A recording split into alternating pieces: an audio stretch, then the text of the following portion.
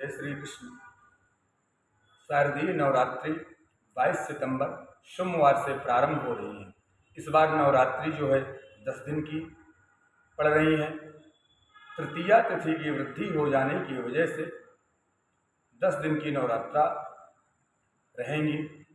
घट स्थापना का जो शुभ मुहूर्त है वो सोमवार 22 सितंबर को प्रातः 6:09 से लेकर के 8:06 तक है।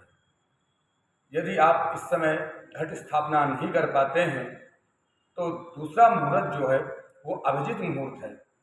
दोपहर 11:49 से लेकर के 12:38 तक आप अभिजित मुहूर्त में घट स्थापना करिए। अब घट स्थापना कैसे करना है वो जान लीजिए।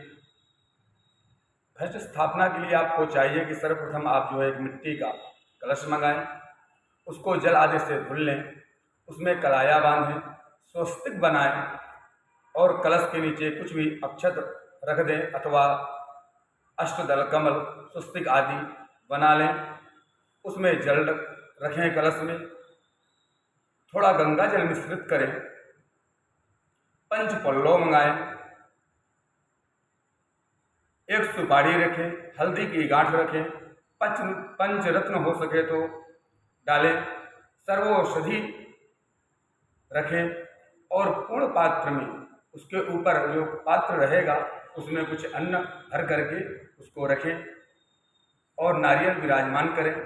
एक चौकी लें, उसमें एक लाल कपड़ा बांधें और जो है भगवती का सुंदर सा कोई छाया चित्र जो भी आपके घर में है, मूर्ति है, विग्रह है तब तो ठीक है, नहीं है तो जो भी छाया चित्र यदि है तो उसको जो है चौकी पर विराजमान करें। गणेश जी घर पर हैं तो उनको उसी चौकी पर विराजमान करें, नहीं है तो आप सुपारी के गणेश जी बना करके विराजमान करें।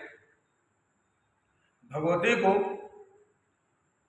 लाल पुष्प बहुत प्रिय है, इसलिए लाल पुष्प जरूर भगवती को अर्पण करें, लाल फल अर्पण करें, पंचोपचार विधि से भगवती का पूजन करें और जो है हो सके तो भगवती का अर्चन करें, क्योंकि कहते हैं भगवती अर्चना प्रिया, भगवती को अर्चन सबसे अधिक प्रिय है। आप कुंकुमार्चन कर सकते हैं, पुष्पार्चन करिए, जिस भी पदार्थ से आप अर्चन करना चाहते हैं भगवती का आप अर्चन करें। सुंदर भोग लगाएं, लाल आसन लें, उसमें बैठें, लाल माला हो चंदन की तो अति उत्तम है, नहीं है तो आप रुद्राक्ष की माला से नवारण मंत्र का जप करें, सप्तशती का पाठ करें और जो है नवरात्रि का जो 9 दिन व्रत करते हैं वो विशेष ध्यान देंगे कि ये 5 कर्म काम करने से ही नवरात्रि का व्रत हमारा पूर्ण विधि से, शास्त्रोक्त विधि से पूर्ण माना जाता है। पहला आपको चाहिए आप घट स्थापना करें, दूसरा आप अखंड ज्योति जलाएं। अखंड ज्योति की भी बहुत बड़ी महिमा है तो अखंड ज्योति आप जलाएं। अपने से जो है उल्टे हाथ की तरफ अखंड ज्योति विराजमान करें, क्योंकि देवताओं के सीधे हाथ में दीपक होना चाहिए और यजमान के जो है उल्टे हाथ में दीपक विराजमान करिए। कलश आदि की स्थापना करिए, ये 2 काम हुए। तीसरा आप जो है सप्तशती का पाठ करिए, चौथा आप यज्ञ करिए और 5वां आप कन्या भोज कराइए। लास्ट में कन्या का जो है कन्याओं का पूजन करिए और उनका भोजन कराइए। इन सभी बातों का ध्यान रखते हुए भगवती की पूर्ण 10 दिन तक इस बार जो है आराधना करें, क्योंकि भगवती धर्म अर्थ काम और मोक्ष चारों पुरुषार्थों को देने वाली है। जिस भी कामना से आप भगवती की सच्चे मन से आराधना करेंगे भगवती वे सभी आपके मनोरथों को सिद्ध करेंगी। यदि आप जो है चाहते हैं कि हमें रामचरितमानस का पाठ करें तो ये भी बहुत ही उत्तम है, इसका भी अपना अलग महात्मा है, प्रभाव है।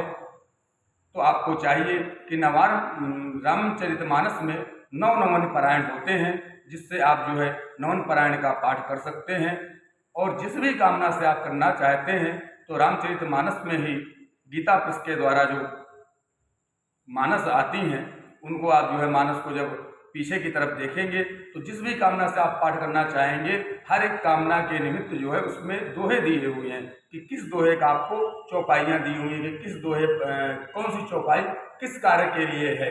तो आप उस चौपाई का जो है संपुट लगाएं, दोहा बोलने के पहले और दोहा बोलने के बाद। इसी प्रकार से आप सच्चे मन से जो है भगवती की आराधना करें।